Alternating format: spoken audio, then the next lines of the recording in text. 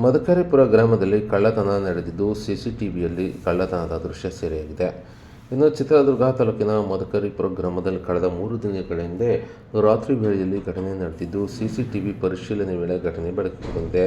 ಇನ್ನು ಗ್ರಾಮದ ಶಾಮಿಯಾನ ಅಂಗಡಿ ಹಾಗೂ ಮನೆಗಳು ಸೇರಿದಂತೆ ಹಲವು ಕಡೆ ಕಳ್ಳರು ಕಳ್ಳತನಕ್ಕೆ ಹಿಡಿದಿದ್ದು ಯಾವುದೇ ಬೆಲೆ ಬಾಳುವ ವಸ್ತುಗಳು ಸಿಗದ ಹಿನ್ನೆಲೆ ಕಳ್ಳರು ಆಟೋದ ಬ್ಯಾಟರಿಗಳನ್ನು ಕದ್ದು ಪರಾರಿಯಾಗಿದ್ದಾರೆ. ಇನ್ನು ಕೈನಲ್ಲಿ ದೊಣ್ಣೆ ಕೋಲುಗಳನ್ನು ಹಿಡಿದ 4 ಮಂದಿ ಕಳ್ಳರು ಈ ಒಂದು ಕೃತ್ಯ ಎಸಗಿದ್ದಾರೆ.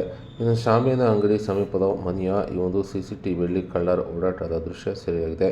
ಇನ್ನು ಗ್ರಾಮದಲ್ಲಿ ಪೊಲೀಸರ ನೈಟ್ ಬೀಟ್ ಕಡಿಮೆಯಾಗಿದೆ. ಇದರಿಂದಾಗಿ ಕಳ್ಳರ ಓಡಾಟ ಹೆಚ್ಚಾಗಿದ್ದು ಹೆಚ್ಚಿನ ಪೊಲೀಸರು ರಾತ್ರಿ ವೇಳೆ ಓಡಾಟ ನಡೆಸುವಂತೆ ಗ್ರಾಮಸ್ಥರು ಮನವಿ ಮಾಡಿದ್ದಾರೆ.